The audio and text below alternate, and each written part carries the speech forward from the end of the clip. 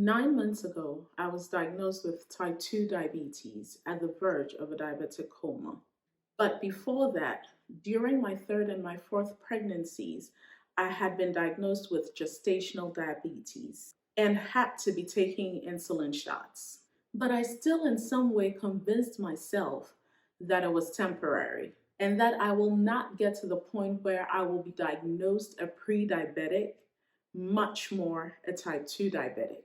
But the truth is, gestational diabetes that is ignored matures into prediabetes, and prediabetes that is ignored matures into type 2 diabetes. I was in denial and assumed that things will get better after delivery each time. Studies have shown that prediabetes is a precursor for type 2 diabetes. What I think is not emphasized enough by medical professionals is that gestational diabetes is a precursor for prediabetes, and prediabetes is a precursor for type 2 diabetes.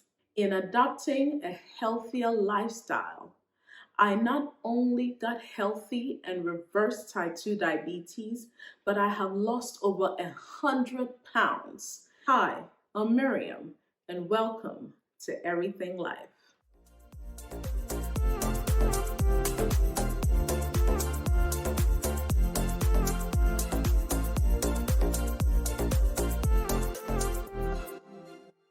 I don't know who can relate, but I heard for a long time that you're prone to diabetes if you have a family member who has been diagnosed with type 2 diabetes before or in the past. But what is forgotten is that this is only the case because of the lifestyle that the family adopts. And because usually family members have similar lifestyles, it is assumed that the possibility that you are also living with an unhealthy lifestyle is very high. After all, that is your family. And if that is all you have known, and that is all you know, and that is the only way of living that you know, the possibility that you have also adopted similar lifestyles to the person who has been diagnosed with type 2 diabetes is high, hence the assumption. I believe that it's not emphasized enough that a change in lifestyle can potentially change and save your life. Even though I saw the signs and symptoms after delivering my last child, I was still in denial and tried to ignore the signs. But it did not take away the fact that I was constantly living in the fear of the unknown. In March of 2022, I finally mustered up courage to go in for my annual checkup. I was immediately put on insulin shots every single day. I saw it coming, but completely ignored the signs. At the time of my diagnosis, I knew something had to change. I wanted to be there for my family and my loved ones. I remember one of the days the effects of type 2 diabetes kicked in so badly, I had been in bed all day. I could not get up to get anything done. The condition was so bad that even though I was on insulin shots every single day, I would wake up in the morning and my fasting blood sugar levels would be in the 200s. I remember one of my sons, who loves to play football, came to me one morning and asked if we could go to the park or the backyard to play football. My answer, not today, baby. Mommy doesn't feel too great. In his disappointment, he said, "Oh, Mommy, you're always not feeling too great to play with me." He lingered a while, but when he realized that I was still not getting up, he said, "Okay, Mommy, I pray you get better, because even though I know you cannot play with me, I hope that someday you will be able to play with my kids so they will not be sad." He gave me a kiss on the cheek and exited the room.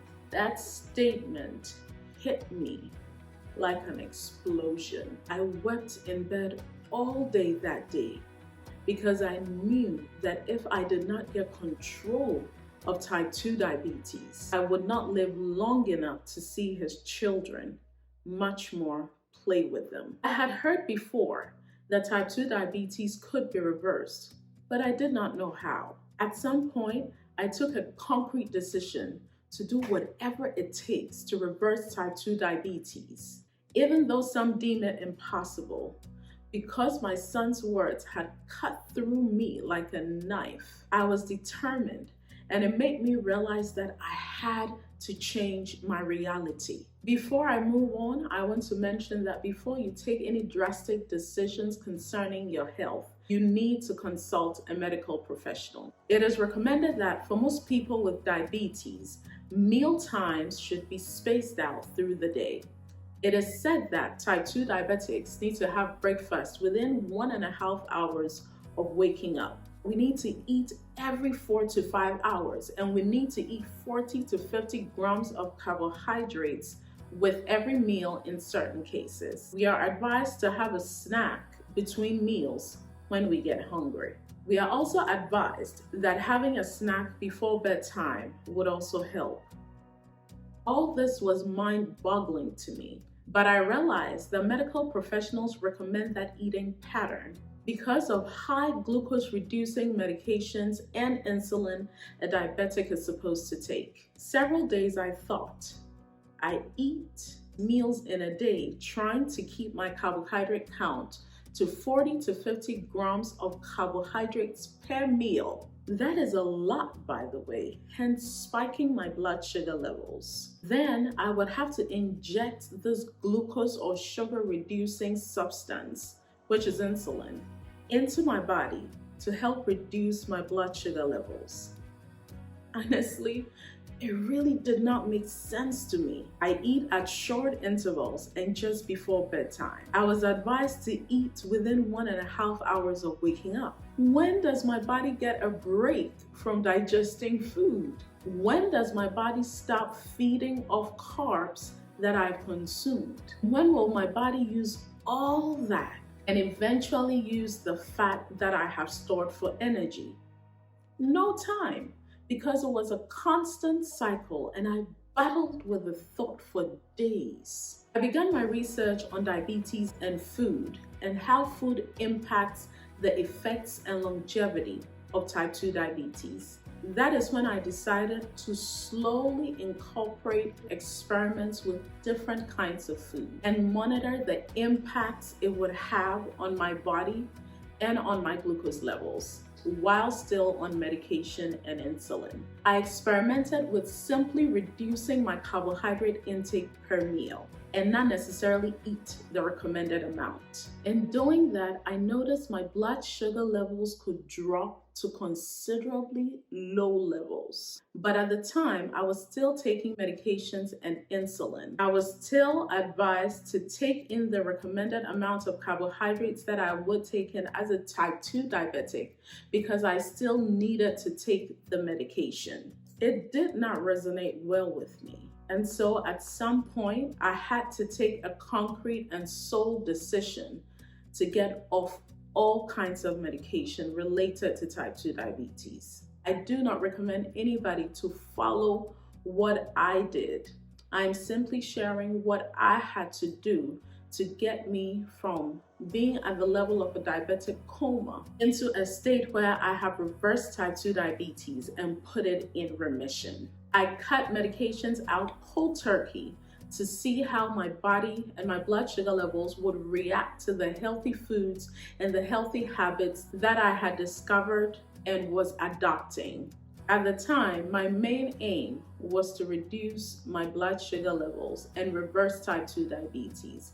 And so I cut out all kinds of simple sugars and all kinds of simple carbs because I was curious as to how these healthy foods would change and impact my life and my future. I practiced simple carbohydrate reduction. And as time went on, I introduced intermittent fasting. This evolved into a combination of simple carbohydrate and calorie reduction and intermittent fasting. I realize now that nobody really wants to share their walk and experience with type 2 diabetes because society shames us to a certain degree, asking, but how could you let type 2 diabetes happen to you? They say, all you have to do is change your lifestyle. They ask, how could you do this to yourself?